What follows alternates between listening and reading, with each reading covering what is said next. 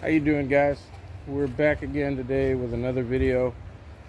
A few days ago I got this machine in, this Troy Bilt, and it was having trouble starting, and the deck belt that runs the blades had come off. It was no good. It was all stretched out.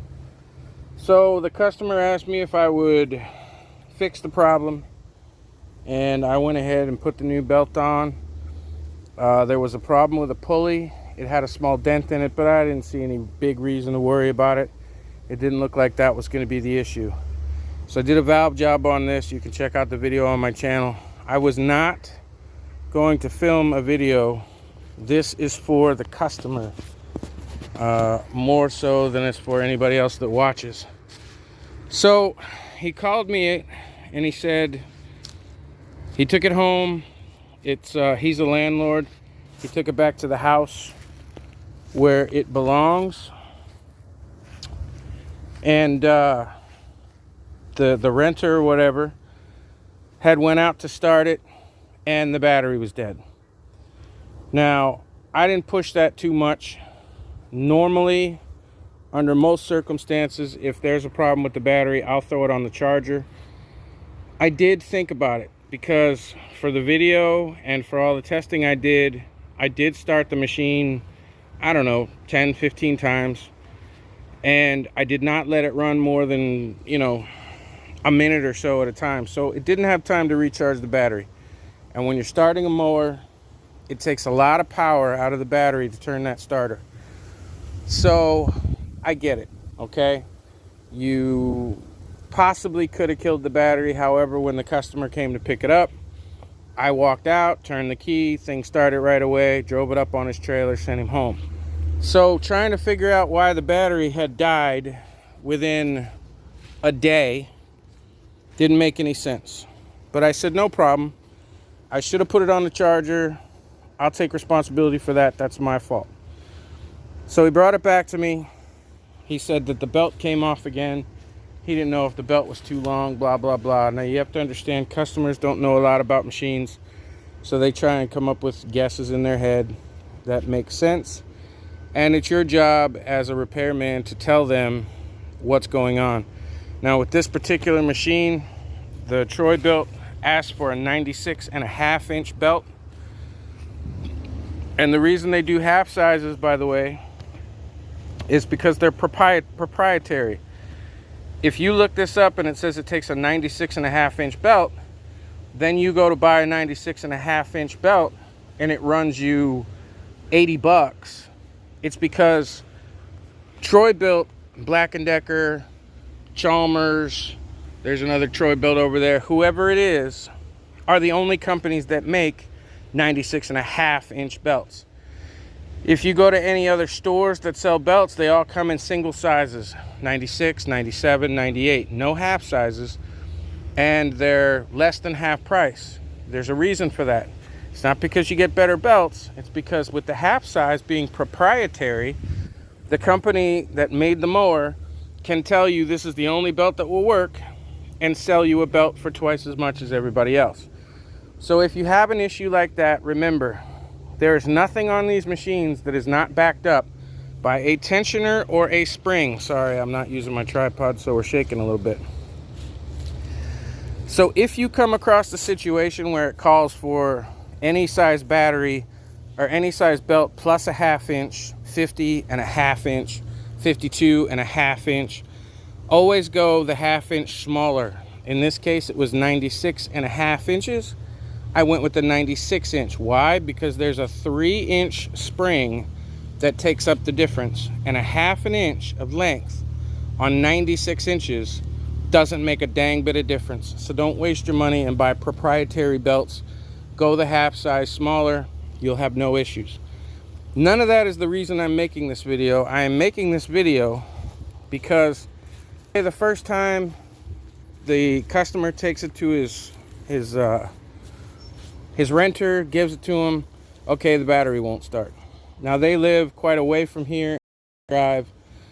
So the renter said he would pull out the battery and have it charged. I'm guessing he took it to AutoZone or something like that, and they charged it. So when he messaged me back, and he said the belt came off again, and by the way, the battery's dead, and he knows it had a full charge, now something's wrong. So the first thing I did was check the leads on the battery, where they bolt onto the battery, and they were loose, which, okay, that can cause short circuit. It can drain your battery. I understand that. So knowing that I went through this entire machine and the deck when I replaced the belt the first time, knowing the only thing that could possibly be was a tiny little divot, and I mean tiny, on one of the pulleys that could possibly, in bizarro world, have made that belt slide off again, I said, okay, I'll order a pulley. I told the customer about it the first time we picked the machine up. I showed him the divot. I said it could possibly, there's a 1 in 100% chance, you know, like a 1 in 1,000 chance that could be the issue. I don't see it as a problem. That's why I didn't replace it the first time. So this time I just went ahead and ordered the pulley. Now you can do that by getting the numbers right here underneath of the seat. Those numbers are for the body. Okay, the body, the seat, the transmission, the wheels, all that, the deck. Those are not for the engine. The engine has separate numbers. I didn't even think about it. I said, okay, I'm going to fix this for free because it was fine when it came. I was the one that said that the pulley was probably fine. I'll just go ahead and order the pulley. I ordered the pulley. It came in. Now I'm getting ready to go underneath of it to pull off the pulley and, you know, put the new pulley on, put the belt back on. Sorry, I'm a little miffed at the moment. I take this personally, and I don't blame the customer. At this point, I'm blaming the renter for what's going on, and I'm going to show you why. So I come out here, I lower the deck, I'm getting ready to pull off the pulley, and I climb underneath of it, and sure enough, the belt's off. So I noticed something. I come over here, and this is what I find. Now, the fact that the pulley is off is all messed up. Okay, fine. But here's my first problem. This is your keeper, okay? This is a big plate that bolts on both sides of the deck. It goes around your pulley, and it protects your pulley from debris when you're cutting, from debris going up in there and getting in the pulley. And it also keeps the belt on. It's so close to the pulley that it won't let the belt bounce off. And that's the point. This is completely shredded. This is steel, okay? This is solid steel. This is not an accident. I honestly do not know what happened here, and I'm not even going to guess at what happened here. This thing has been torn apart, and it was bolted to the deck, okay? Right here, there's the bolt. I took this out.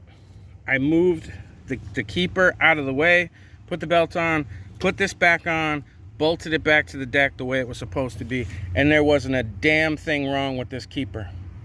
And now it's completely shredded and torn apart. On top of that, see, there's the pulley. On top of that, this pulley looks like someone took a hammer to it, okay? I don't know if the camera can pick that up. I'm gonna see if I can get a better view on it. You see how it's all wonky right there? Somebody took a hammer to this pulley, okay? And this, not the pulley in question. The whole top of this is all fucked up. There's a divot there, there's a divot there. This is bent, there's a divot there. This is all bent up. Somebody took a hammer to this pulley. I had this machine a few days ago, and there was nothing wrong with this solid steel keeper, and there was nothing wrong with that pulley. And the new belt has a few shreds in it now from hitting this stuff as it spun around. Now we're gonna go around to the other side, and I'm gonna see if I can get in on the pulley that we were questioning before, because it had such a small little divot in it that I thought possibly could have been the issue. And I'm gonna see if I can find that little divot in question. There it is, right there. Okay, so small you can barely see it. And when a pulley's not in perfect condition, I always mention it to the customer, okay? Now the belt itself looks like it's fine. You can see on this side that the keeper gets bolted, one bolt, right to the deck. On this side it has two. Don't ask me why the manufacturer did that. This is solid steel, and it goes around the pulley. You can barely fit your finger in between the pulley and the steel, and that stops the belt from coming off. So what we have going on here, either, see, this is the question that goes through my head all the time. Is it possible, sorry, I was getting up. Is it possible that the customer could have run over something? You know, when you're out mowing a yard, especially if you're doing it commercially. Let me put this in the tripod. When you're out there cutting grass, say you have a small lawn service, and you're out there with a push mower, okay, a 20-inch, 22-inch standard push mower, whether it's self-propelled or not, and you're mowing someone's yard, especially for the first time, you've never been there before, and maybe somebody cut down a tree and left a bit of a stump, the grass grows around it, you can't see it. If you hit that with a regular size lawnmower, push mower, what you have is a shaft that comes out of the middle of your mower, and your blade connects directly to the shaft, to the inside, the middle of your motor. So if you hit something like that at 3,500 rotations per minute, it's going to hit that thing, the blade's going to stop, and you're going to mess something up inside your mower. You're probably going to shear your timing key, which means you have to take the whole thing apart, put a new timing key in it. You're definitely going to mess up your blade. I had one laying here that just came in the other day. That was all bent up. Here it is. And I told the customer, your son hit something with it. Okay? This side is way higher than this side. This blade is supposed to go straight across. Somehow, this blade got bent 3/4 of an inch. And I don't care what you say, your son was out there mowing and he hit a big rock, he hit a stump, or he didn't feel like cutting the grass. He turned the mower over, grabbed this thing because it bolts on right here, and with all his strength put his foot up on the mower and pulled this blade till he bent it so he could go in and say, Dad, the mower doesn't work, I don't have to cut the grass. I've been doing this for a long time, and there's nothing I haven't seen, and there's nothing that you can tell me that all of a sudden magically this particular thing happened to your mower, and it was an act of God. Okay, it doesn't work that way. And so you're always thinking to yourself, okay, this is a riding mower, this thing's got a lot of power, you know what I mean? Now you're driving along a yard you've never been on, you hit a stump, what happens? Well, if you hit a stump dead on where the blade comes in and goes off in the center, if you hit it perfectly, you can bend that, okay? But everything on the deck is run very simply by a belt. And there's nothing locking this belt on in place. It literally just goes around pulleys and gets pulled tight enough that when that pulley spins, the belt spins. You see it spinning out of my other hand? That's all it does. It's friction. So when you run over something, it is impossible. It is not improbable. It is not probably wouldn't happen. It is fucking impossible to make a belt that runs on only friction bend complete steel. Doesn't work that way. Now the other thing is that these parts that are broken on this mower are on top of the deck. Let me explain that to you. You have a steel platform deck, steel, solid steel, okay, with blades spinning underneath of it. Anything those blades hit is underneath of the steel deck. In this case, our steel keeper and our steel pulley are on top of that deck. Not just on top of a completely wide steel platform. They're also in a space this big between a huge steel platform and a huge steel frame called your mower. So the probability of something being thrown at force into a space that big enough to destroy two different steel parts that are a foot away from each other, I don't care what you say. God himself could come down here and tell me that that's what happened. Because unless you're riding this thing through a hurricane with debris flying at 100 miles an hour, that's barely thick enough to go perfectly in that space, you're not going to damage those steel parts. And they're steel. Here's one right here. Okay? Here's the new pulley right here. Solid steel. I could take that and throw it on the floor as hard as I can, and it's not going to damage it in any way. It is solid steel. Yet this machine, and again, the customer, I know you're going to be watching this, my attitude is not towards you whatsoever. I don't know who did this, but to tear up solid steel that's on top of the deck, completely protected, and in a space I can barely fit my hand in, somebody tore that up and somebody destroyed that pulley that's 8 or 10 inches farther away. They destroyed it. And because it's bent and divoted on many sides of the circumference of that pulley, it wasn't just somebody took a hammer and hit it one time, okay? They had to take a hammer, hit it, turn it, hit it, turn it, hit it. And if you can see that, I barely put a little divot in there. Barely. There's no way that thing got all bent up unless it was done on purpose.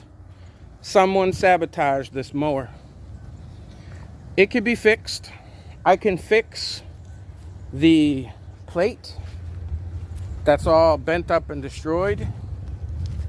Okay, I can fix this. I can bend this. I can take a hammer and flatten this. This is all bent up. I can flatten that out. I might be able to drill a hole in there, drill a hole in the deck, put it back down in place.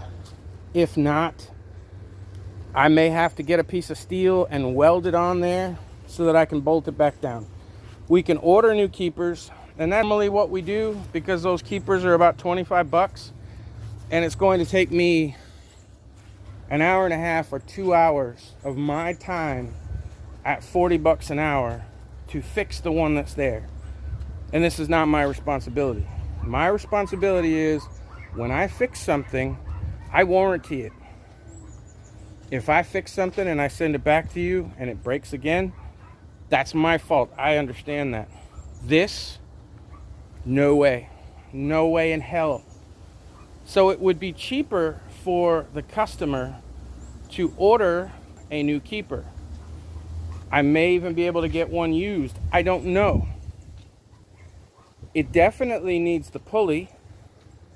And before we do anything else, we need to figure out why this happened. I'm going to flip the mower.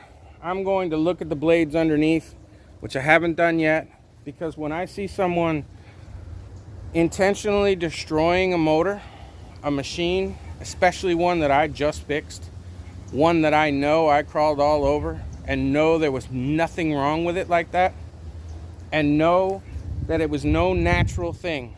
It wasn't like a blade got stuck somehow and there was enough tension and it stopped the blade, the belt, and then that stopped that from moving and shit got torn and bent and whatever.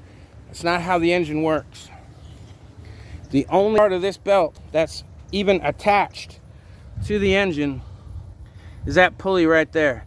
And that thing can spin with as much tension as you can put on that belt. Remember, there's a spring over here keeping it tight enough, but not too tight. So that thing would have just spun and what we call shined that belt. It would have spun, the belt could have stopped moving, the pulley would have kept turning, and it would have just slicked it, burned it down, got it real hot, melted it, shrunk it, burned it until it burned through. And there's nothing like that on that belt. There's no shine spot on that belt. There's nothing.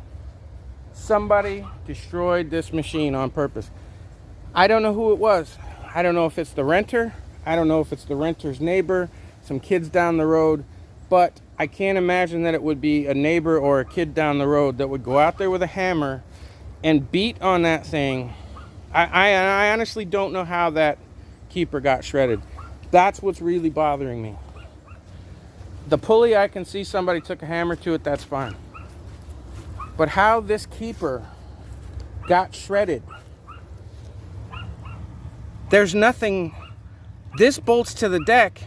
The belt stays on the pulley, okay? But there's nothing. If this pulley were to stop turning, which it doesn't, it turns in my hand, the belt would just stay there until it burned up and broke. There's no pressure, there's no tension. There is absolutely nothing that I can figure out that could have came out here and put so much pressure on that keeper that it would have shredded solid steel. That's what I can't figure out. So anyway, I'm gonna post this video. If anybody has any ideas or seen this before, because I sure haven't, unless somebody, messed it up on purpose. I've not seen it, especially with no damage to the belt. If you know anything about it, let me know. If you've seen anything like this, let me know, because I'm always looking to learn. After all these years, I'm still looking to learn. Let me know in the comments if you know. I can't imagine any kids came along and specifically destroyed something like that. They would have come along, they would have busted out the headlights, torn up the seat, stolen the key, flattened the tires, beaten on, the transmission shift or something like that. I don't know how they would have gone underneath of it to damage that. And you're only talking about $50 worth of parts. 20, 30 bucks for the keeper, 20, 30 bucks for the pulley, 50, 60 bucks in parts. Easy to change. A couple of bolts and it's done. Please, someone help me understand how solid steel can be shredded like that by a belt that doesn't touch it and has no damage to it. See you soon.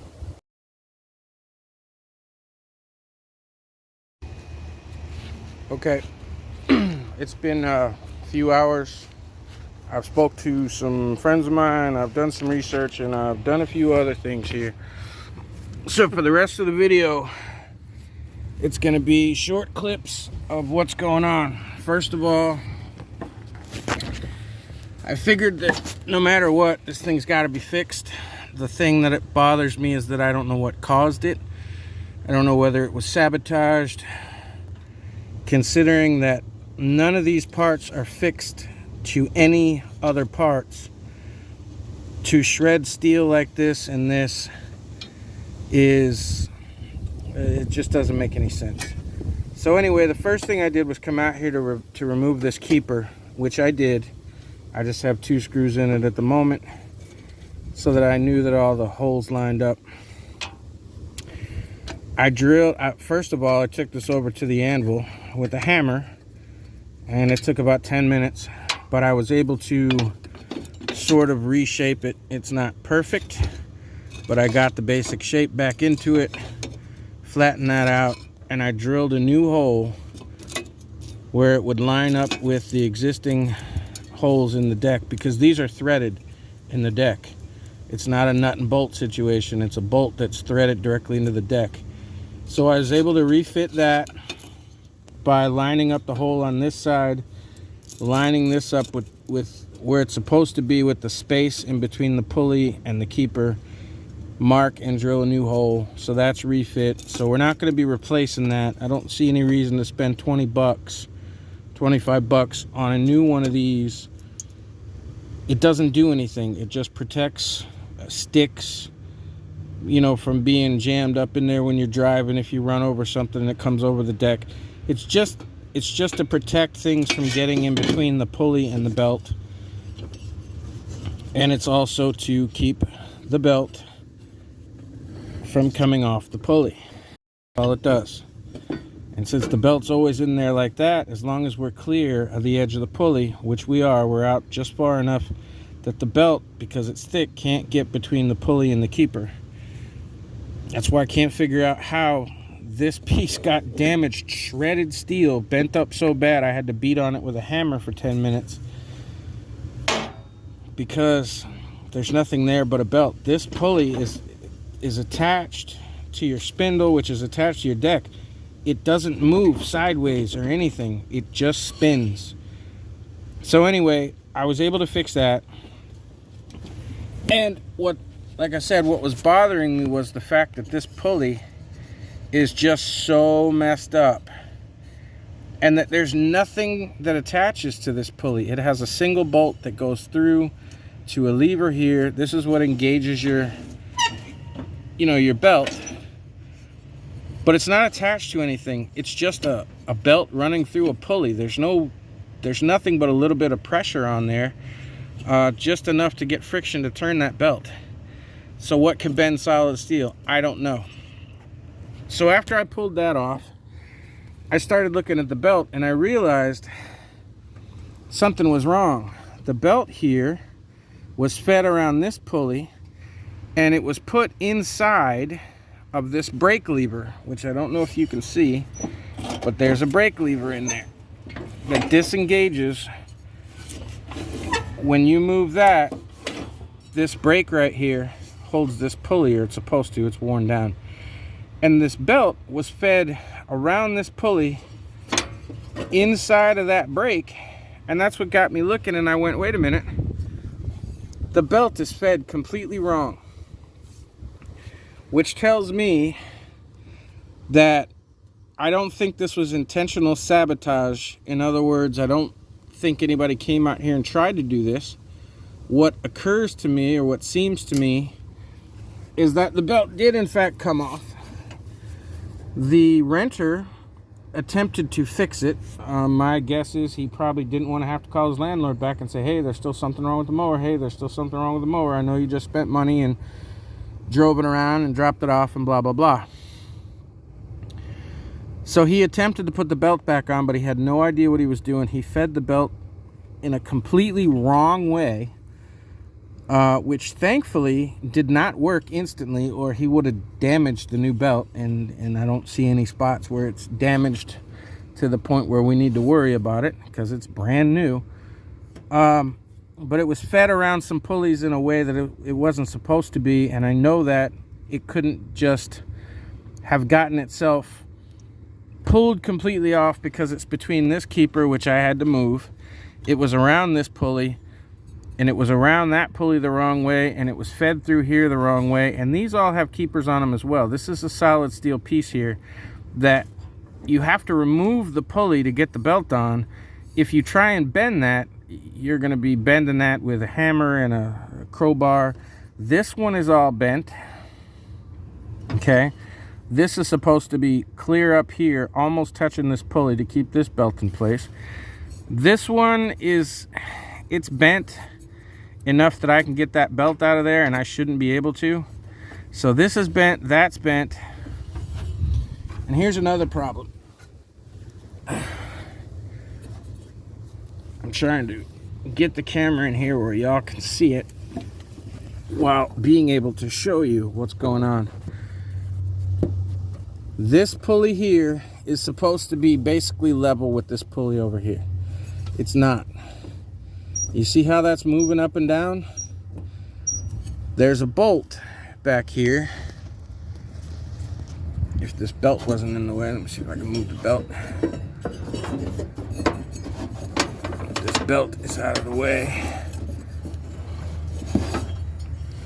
There's a bolt right here that holds on to that brake lever, and there's a bolt right here. I don't actually think I can get up there to show. Oh, there it is. There's a bolt right here that goes, basically holds this bracket in place and just goes through the deck and sandwiches it together. Now that bolt is tight. I went underneath of there, I checked it, there's an extra nut on it. So someone already knew this problem existed before they ever came to me. Someone found that this was loose and went underneath of it, and I can't get the camera under there to show you until I take the deck off, which I'm gonna have to jerk the deck, and tried to tighten that down, tighten it down, tighten it down, and squeeze it. And what they didn't take into consideration is that even if the bolt is tight, the space that we're looking at here underneath this also changes when that gets engaged. All right, so let me go pull the lever, and that's just gonna fall. The camera's gonna fall because it's leaning on the pulley that moves it, but let me go ahead and engage the lever. Okay. And if you look at the back here, you'll see, I don't know if you can see that, there's so much glare on my camera because it's sunny out. There's a ton of space back here. I can fit probably 1/4 of an inch here, and that's touching in the front, which tells me that this whole thing is cocked. It's supposed to be straight, and instead it's cocked. And because of the way it moves, these things just get worn. Okay, see how I pull it up here and then it kind of stays. So over time, this has gotten bad. I need to pull that off, and I need to see. I'm going to end up having to put that on the anvil and try and straighten it, and then I'm going to have to put another washer in there, and I'm also going to have to take this arm here and bend it up and try and get this pulley to stay level over here with this pulley. See, there's no way I should ever be able to get that belt out between here and the keeper, but I can because it's bent out. Someone tried to change that belt and didn't understand they had to take the pulley out, and they took a crowbar or something and they bent those out far enough to get those belts out. My guess is it's the renter, because they weren't like that. And both of them are bent out. So this pulley has to be up here, almost level with this. Now it has a slant to it, and it's supposed to, because of the way this thing moves when it goes to be engaged. So the next time you see this, I'm going to have this deck removed. I'm going to have to remove the entire deck, bring it out from under the mower, pull that whole lever off, and I'll show you what's going on with that. Okay, so I went ahead and took the deck off, which is always fun. It should be easy. It's only a few pins. The pins are always bent and things are always messed up. But you can get a better look at this pulley now and how much movement it actually has. Okay, and this is what engages your blades. That's the cable right over there, and when you pull that lever, all it does is pull that long spring. Remember I said there's a 3-inch spring, and all that does is move this lever over here. There's a spring on the back to help it move back. It pulls this lever over, and you see the brake lever right there. That belt was inside the brake lever, and it was in there, and it messed up the whole top of that brake pad because it was in the wrong spot, and it fought to get out of there when they engaged the blades. But this thing is just a mess, and because it is, it's also, let me see if I can get this spring off of here. Okay, so I can move that out of the way and it'll stay. because this brake pad goes in here in this pulley like that, and that moves, you see how this pulley's moving now? That's your spindle, okay? And that's moving inside of the shaft. The other one, no movement. This one, movement. So that spindle's gonna need to be replaced at some point. But right now, that is because this whole thing was loose here. Now, because this thing spins back and forth, and that's how you engage your blades, this is gonna get worn out. From over here, we have some movement. From over here, look at this. We've got just a ton of movement. And if you see that bolt is not moving. Okay.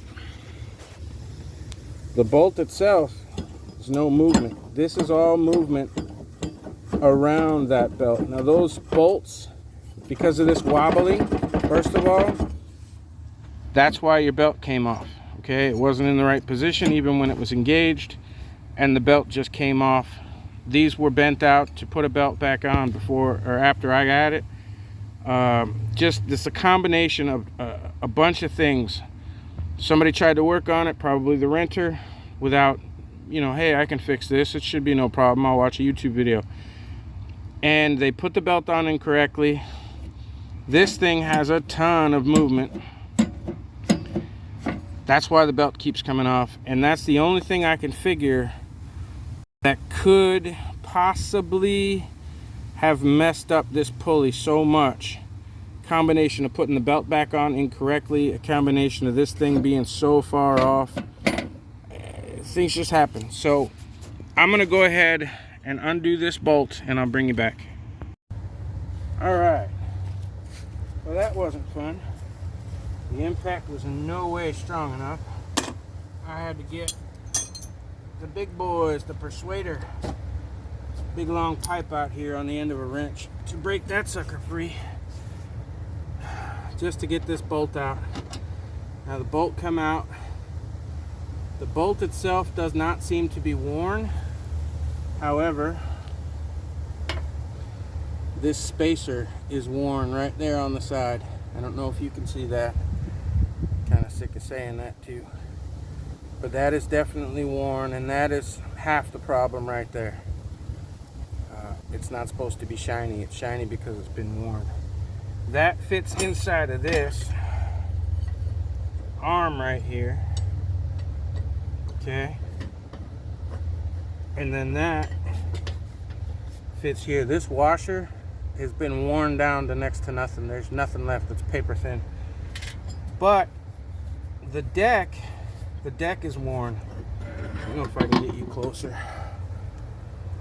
I'm just gonna take this out of the damn tripod.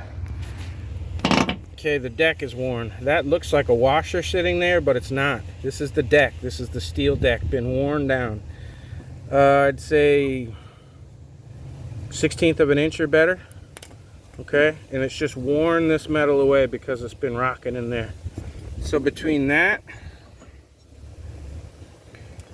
and that piece right there being worn out, you can see it better there. Okay, that seems to be your issue. Thankfully, this arm seems to be okay. It looks by my eye to be a little bit out of round, like a little wonky right here, but I think it'll be okay. And with a mower that's, you know, 5 years old, who knows how old this thing is, it's not that much older than that. These parts get messed up and there's not a lot you can do. You replace them the best you can and you keep going. This is still going to work for another 5 years. So I'm going to see about finding a washer that will go under there and hold that more stable. We're going to have to order that part, and I'm going to see if I can get this thing back together, get that wobble out of there.